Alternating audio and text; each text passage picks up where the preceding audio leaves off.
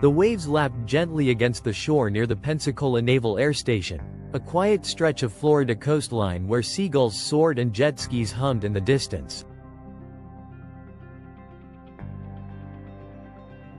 It was November 3, 2009, when a group of jet skiers stumbled upon something that would shatter the tranquility of that sunny afternoon. 911. What's your emergency? The operator's voice crackled through the line. A shaky voice responded, "We think we found a dead body. It's in a bag, a big black duffel bag. It smells awful, and there's a lock on it." Inside that bag, stuffed in the fetal position, was the body of 25-year-old Samira Watkins, a young single mother with dreams of a brighter future.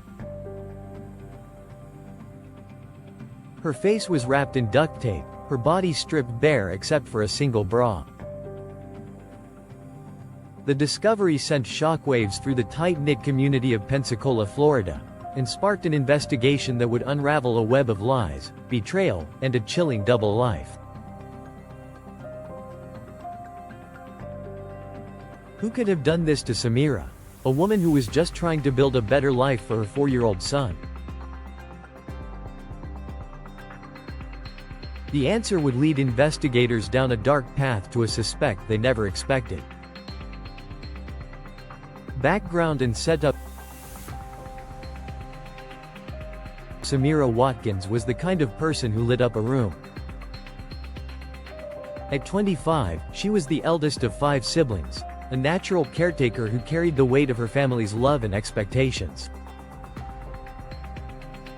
A single mother to a lively 4-year-old boy, she juggled her responsibilities with grace and determination. By day, she managed a local McDonald's, her quick smile and no-nonsense attitude earning her respect from her team. By night, she studied to become a dental assistant, her eyes set on a future where she could give her son everything she never had. Pensacola, Florida, in 2009, was a vibrant coastal city, home to the sprawling Naval Air Station, where military personnel and their families mingled with locals. It was a place where dreams of service and stability thrived, but beneath the surface, secrets simmered. In the summer of 2009, Samira met Zachary Littleton, a 24-year-old Navy military police officer stationed at the Pensacola Naval Air Station.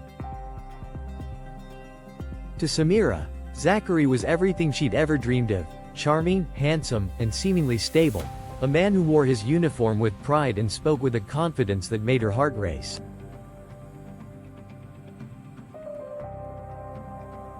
He was just so put together, her sister Sylvia later recalled.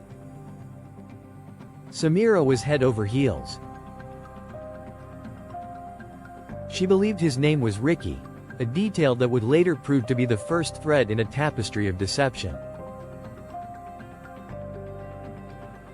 Their relationship blossomed quickly, filled with late-night phone calls and stolen moments. Samira saw a future with him, a partner to share her dreams and help raise her son. But there was one problem: Zachary Littleton was living a lie. Unbeknownst to Samira, Zachary was married, with a wife and child of his own. His wife, also a Navy member, was stationed in South Carolina but was set to join him in Pensacola within weeks. Zachary had carefully crafted a double life, using a burner phone to keep his affairs hidden from his wife and the military, where adultery could cost him his rank and reputation. To his colleagues on the base, he was known as a playboy, a man who juggled multiple relationships with ease. But Samira didn't know any of this. To her, he was her future. Then came a bombshell that changed everything. In early October 2009, Samira discovered she was pregnant with Zachary's child. Excited but nervous, she shared the news with him, hoping it would solidify their bond. Instead, his reaction was cold and calculated. He told her he didn't want any more kids, Sylvia said, her voice trembling with anger. He said he'd punch her in the stomach, that he wanted her to get an abortion. Samira, however, was resolute. She wanted to keep the baby, to build a family with the man she loved. But as the weeks passed, Zachary's demeanor grew darker, his threats more menacing. Samira's family began to worry, sensing something was deeply wrong. On the evening of October 29, 2009, Samira finished her shift at McDonald's, her gold hoop earrings glinting under the fluorescent lights as she managed the evening rush. She returned home, changed out of her uniform, and told her sister Sylvia she was heading to Zachary's apartment. She was excited, Sylvia recalled. She said she was going to see Ricky. Too tired to drive her, Sylvia went to bed, assuming Samira would be back later that night. But when morning came, Samira was gone. Her phone rang unanswered, then went straight to voicemail. Panic set in as Sylvia realized her sister had vanished. The crime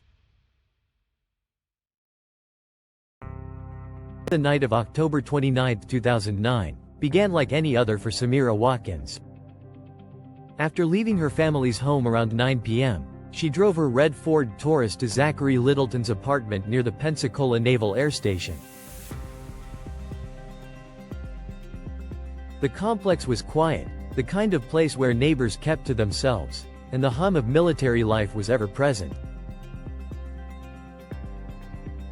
What happened inside that apartment remains a mystery cloaked in horror, but investigators would later piece together a chilling sequence of events. According to neighbors, the night wasn't as quiet as it seemed. Voices echoed through the thin walls of Zachary's apartment, raised in anger. A heated argument, perhaps about the pregnancy or Zachary's deception, spiraled out of control. Samira, vibrant and full of life, had no idea she was walking into a trap. Investigators believe that sometime that night, Zachary Littleton made a fateful decision. In a fit of desperation to protect his double life, he suffocated Samira, likely strangling her until she stopped breathing. The medical examiner would later confirm she died of asphyxiation, her body bearing the marks of a brutal struggle.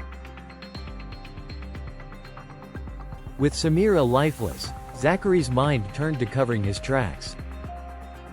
He stripped her body, leaving only her bra, and wrapped duct tape tightly around her face, from her chin to just below her eyes, as if to erase her identity. He stuffed her body into a large black duffel bag, curling her into the fetal position to make her fit. Inside the bag, he tossed a balled-up Clorox wipe and a paper towel, perhaps used in a frantic attempt to clean the scene. But one critical piece of evidence was left behind.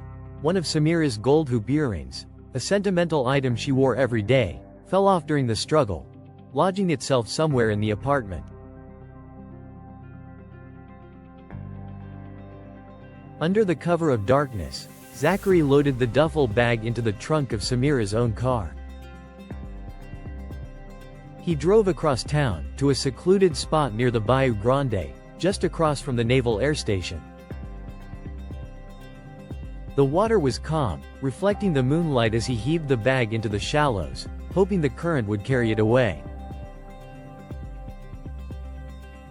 But the bag, weighed down by Samira's body and secured with a heavy lock, didn't drift far. It settled into the muddy shore, waiting to be discovered. Zachary then abandoned Samira's car in a residential driveway miles away, leaving it to blend into the neighborhood. To get home, he walked a mile to a nearby Waffle House, where he borrowed the restaurant's phone to call a taxi at 4:20 a.m. In his hand, he clutched a can of Clorox wipes, a silent testament to his attempt to erase his crime. The investigation began with a desperate 911 call from Samira Watkins on October 31, 2009. "My sister's missing," she told the operator, her voice thick with worry. "Her name's Samira Watkins. I last saw her Thursday night around 8 o'clock. Pensacola Police Detective Jonathan Tharg took the case, immediately sensing something sinister. "The circumstances seemed fishy," he later said. "We needed to start investigating right away." Sylvia's account painted a clear picture. Samira had gone to meet her boyfriend, Ricky, the night she disappeared. When Sylvia and a cousin went to Zachary's apartment the next day, they were stunned to learn from a neighbor that he was moving out, claiming he needed a bigger place for his wife and kids.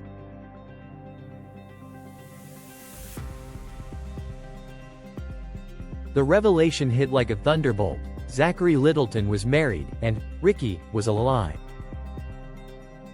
Sylvia's heart sank as she realized Samira had been deceived. Detective Thar's first call was to Zachary Littleton. "Hey, this is Ricky?" Thar asked. "No, this is Zach," came the reply, a slip that raised red flags. When asked about Samira, Zachary claimed he barely knew her, calling her Sammy, as if she were a passing acquaintance. "I haven't seen her since Wednesday," he insisted, claiming he'd dropped her off at home. But Sylvia's timeline contradicted him. Samira had been heading to his apartment on Thursday night. Thar arranged an in-person interview, sensing Zachary was hiding something. In the interview room, Zachary's demeanor was cavalier, almost flippant. "We had sex once or twice, but it wasn't a relationship," he said, shrugging off Samira's feelings. He denied seeing her on October 29, claiming he was home packing all night for his move. But his story didn't add up. He was a military police officer, Thar noted. "You'd think he'd know better than to lie so blatantly." Thar pressed him about Samira's pregnancy, but Zachary dismissed it. "She never said it was mine," he said, his tone cold. Most disturbingly, he referred to Samira in the past tense, as if he already knew she was gone. "She was nice, had good tendencies," he said, his words chillingly detached. The investigation widened to consider other suspects. Samira's ex-boyfriend, William Peters, the father of her 4-year-old son, had a violent past. He'd served time for battering Samira and was under a restraining order at the time of her disappearance. Could his anger have driven him to harm her? Thar interviewed Peters' mother, Linda Nobles, who confirmed William was working a late-night janitorial job on October 29 and was home by 11 p.m., cooking and watching TV. His alibi checked out, and his genuine distress over Samira's disappearance convinced Thar he wasn't involved. He was upset, worried for his son, Thar said. It was a stark contrast to Littleton's indifference. On November 3, the case took a grim turn. Jet skiers discovered the black duffel bag washed ashore near the Naval Air Station. Inside was Samira's body, duct-taped and partially clothed. The medical examiner confirmed she'd been asphyxiated, likely strangled, and was still pregnant at the time of her death. A single gold hoop earring was missing, a clue that would prove pivotal. Surveillance footage from McDonald's showed Samira wearing both earrings that night, suggesting the missing one was lost during her murder. With Zachary as the prime suspect, Thar called in the Naval Criminal Investigative Service, NCIS, for support. Their expertise in military cases and access to advanced technology, like cell phone tower mapping, proved invaluable. Phone records showed Samira and Zachary had been in regular contact until he began using a burner phone, likely to hide their affair. On October 29, that burner phone called Samira 11 times, placing them together near his apartment. Tower data further debunked Zachary's alibi, showing he left his apartment that night and traveled toward the bayou where Samira's body was found. A breakthrough came when a neighbor reported Samira's red Ford Taurus parked in a driveway miles from the crime scene. DNA on the steering wheel matched Zachary Littleton, contradicting his claim that he'd never driven her car.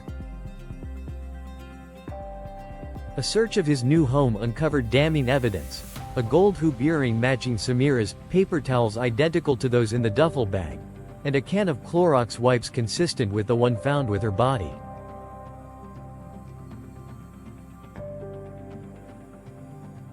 But the most incriminating evidence came from a Waffle House security camera. At 4:20 a.m. on October 30th, Zachary was caught on tape, holding Clorox wipes and using the restaurant's phone to call a taxi. The taxi records confirmed he was picked up a mile from where Samira's car was abandoned. Investigators also uncovered disturbing Google searches on Zachary's computer. How long does it take for a body to decompose? How to cause an abortion, and how to pass a polygraph. Each search was a nail in his coffin, revealing a man desperate to erase his crime. He thought he was smarter than us, Thar said. But he wasn't. Outcome and aftermath. On November 23, 2009, less than a month after Samira's murder, Zachary Littleton was arrested and charged with first-degree premeditated murder. His trial began on June 27, 2011, in Escambia County, Florida. Prosecutor Bridget Jensen faced a challenge: the case was entirely circumstantial. There was no eyewitness, no blood evidence directly linking Zachary to the murder, and no video of the crime itself. My biggest concern was that the jury might not connect the dots, Jensen admitted. Jensen's strategy was to build a meticulous timeline, from Zachary and Samira's meeting in the summer of 2009 to the discovery of her body in November. She presented the gold hoop earring as a smoking gun, arguing it could only have ended up in Zachary's home if he was the killer. The cell phone data, taxi records, and Waffle House footage painted a clear picture of his movements. The Google searches were particularly damning, showing premeditation and a guilty conscience. You don't search how to speed up human decomposition unless you've got something to hide, Jensen told the jury. The defense leaned on the lack of direct evidence, but Zachary's lies unraveled their case. His police interviews, played for the jury, revealed a sociopathic liar who dismissed Samira's pregnancy and feigned ignorance about her disappearance. His confident, almost arrogant demeanor in court didn't help. He was more concerned with his appearance than the evidence against him, Jensen noted. After 3 days of deliberation, the jury reached a verdict on June 30, 2011. In just 3 hours, they found Zachary Littleton guilty of first-degree premeditated murder. The courtroom was silent as the verdict was read, but Samira's family wept, their grief tempered by a sense of justice. Zachary was sentenced to life in prison without parole, a 24-year-old man condemned to spend his days behind bars.